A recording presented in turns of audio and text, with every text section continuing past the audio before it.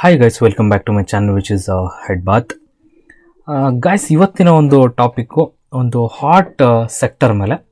Hot sector ಅಂದರೆ ಯಾವುದಪ್ಪ? So ಇವತ್ತಿನ ದಿನ railway sector. So railway sector ತುಂಬ ಒಂದು ಸಾಲಿಡ್ ಆಗಿರ್ತಕ್ಕಂಥ ಪರ್ಫಾರ್ಮೆನ್ಸನ್ನು ಕೊಡ್ತು. ಸೊ ಓಕೆ, ನೋಡೋಣ. ಪರ್ಫಾರ್ಮೆನ್ಸನ್ನು ಕೊಡ್ತು, ಅದ್ರ ಹಿಂದ್ಗಡೆ ಒಂದು ರೀಸನ್ ಆದರೂ ಇರಬೇಕು. ಸೊ ಆ ರೀಸನ್, ಯಾವ ರೀಸನಿಗೋಸ್ಕರ ರೈಲ್ವೆ ಸೆಕ್ಟರು ಈ ಥರನಾಗಿರ್ತಕ್ಕಂಥ ಒಂದು ಮೊಮೆಂಟಮನ್ನು ಇವತ್ತು ಕೊಡ್ತು ಅನ್ನೋದನ್ನು ನೋಡೋಣ. ಸೊ ಸ್ಕ್ರೀನ್ ಮೇಲೆ ನೋಡ್ಬೋದು ನೀವು, rights limited. So rights limited ಇವತ್ತಿನ ದಿನ 14.22% ಅಷ್ಟು ಅಪ್ಪಲ್ಲಿ ಟ್ರೇಡ್ ಆಗಿ ಕ್ಲೋಸ್ ಆಯಿತು. ಸೊ ಏನಪ್ಪ ಮಾಡಿದ್ರು ಅಂತ ಹೇಳಿದ್ರೆ, ಬೇಸಿಕಲಿ ರೈಟ್ ಸ್ಟಾಕ್ಸು ನಾವು ಬೋನಸನ್ನು ಕೊಡ್ತೀವಿ ಅಂತ ಹೇಳ್ಬಿಟ್ಟು ಒಂದು ನ್ಯೂಸನ್ನು ಹೇಳಿದರು. ಸೊ ಆ ನ್ಯೂಸಿನ ಕಾರಣಕ್ಕೋಸ್ಕರ, ಸೊ ಆ ಒಂದು ರೀಸನಿಗೋಸ್ಕರ ಎಂಟೈರ್ ಏನು ರೈಲ್ವೆ ಸ್ಟಾಕ್ ಇದೆ, ಸೊ ಅದು ಅಷ್ಟೂ ಕೂಡ ಮೊಮೆಂಟಮನ್ನು ಕೊಡ್ತು. ಓಕೆ, ನಿಮಗೆ ತಲೆಗೆ ಬರ್ಬೋದು ಇವಾಗ, ಓಕೆ ಇದೊಂದೇ ಕಂಪ್ನಿ ಕೊಡುತ್ತಾ, ಬೇರೆ ಬೇರೆ ಕಂಪ್ನಿಗಳು ಕೊಡ್ತಾವ, ಹೆಂಗಿದು, ಯಾವ ಥರ ಅಂತ ಹೇಳ್ಬಿಟ್ಟು. ಸೊ ಆ ಥರ ಅಲ್ಲ, ಎಲ್ಲವೂ ಕೂಡ ಕೊಡಲ್ಲ. ಬೋನಸ್ ಆ್ಯಕ್ಚುಲಿ ಯಾರು ಕೊಡ್ತಾರಪ್ಪ ಅಂತ ಹೇಳಿದ್ರೆ, ಯಾವ ಕಂಪನಿಯ ರಿಸರ್ವ್ಸ್ ಆ್ಯಂಡ್ ಸರ್ಪ್ಲಸ್, ರಿಸರ್ವ್ಸ್ ಮತ್ತು ಸರ್ಪ್ಲಸ್ ಯಾರ್ದು ಜಾಸ್ತಿ ಇರುತ್ತೋ, ಸೊ ಅಂಥ ಕಂಪನಿಗಳು ಮಾತ್ರ ಬೋನಸ್ನ ಇಶ್ಯೂ ಮಾಡ್ತವೆ. ಸೊ ಬೋನಸ್ನ ಕೊಡಬೇಕು ಅಂತದ್ದು ಏನು ಕಂಪಲ್ಸರಿ ಅಲ್ಲ. ಸೊ ಅವ್ರವ್ರ ಇಷ್ಟ, ಅವ್ರವ್ರ ಕಂಪನಿಗಳಿಗೆ ಬಿಟ್ಟಿರ್ತಕ್ಕಂಥದ್ದು, ಅದೇನು ಕಂಪಲ್ಷನ್ ಏನೂ ಇಲ್ಲ. ಸೊ ಫಾರ್ ಎಕ್ಸಾಂಪಲ್ ಇವಾಗ ನೋಡ್ಬೋದು ನೀವು, ಎಮ್ ಆರ್ ಎಫ್ ಇವತ್ತಿನ ದಿನ 1,20,000 ರೂಪೀಸಲ್ಲಿ ಟ್ರೇಡ್ ಆಗ್ತಾ ಇದೆ. ಸೊ ಅವರು ಕೊಡ್ಬೋದಲ್ಲ, ಅವ್ರ ಇಷ್ಟ ಅಪ್ಪ, ಅದು ಕೊಡಲ್ಲ.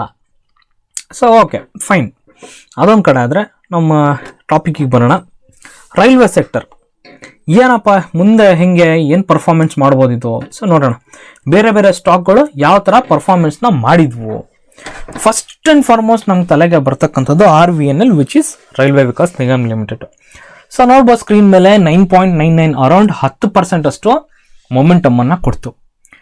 ಸೊ ನೆಕ್ಸ್ಟ್ ಸ್ಟಾಕ್ನ ನೋಡೋದಾದರೆ Indian railway finance corporation, which is IRFC.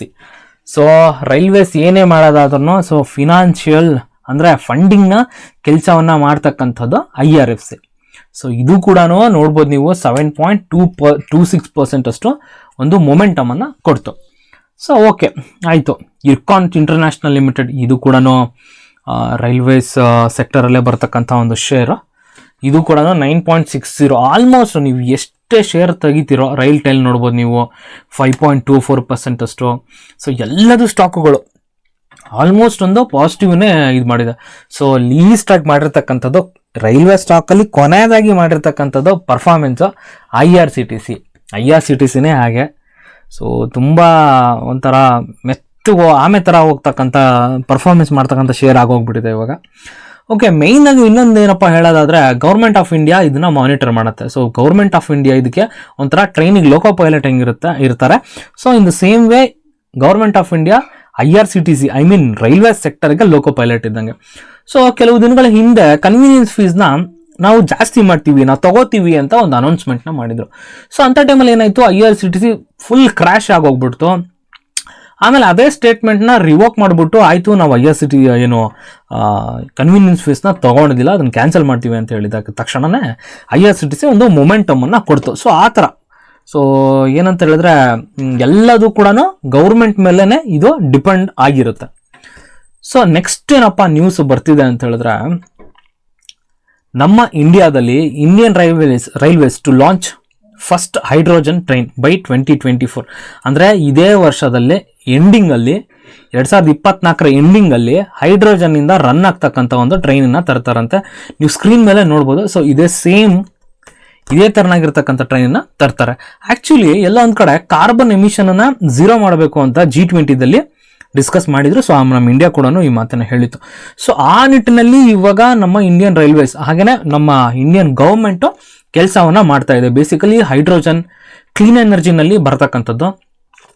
So ಆ ಥರನಾಗಿ ನೋಡಿದ್ರೆ ಎಲ್ಲೋ ಒಂದು ಕಡೆ ರೈಲ್ವೇಸ್ಗೆ ಒಂದು ಮೊಮೆಂಟಮ್ ಸಿಗ್ತಾ ಇದೆ.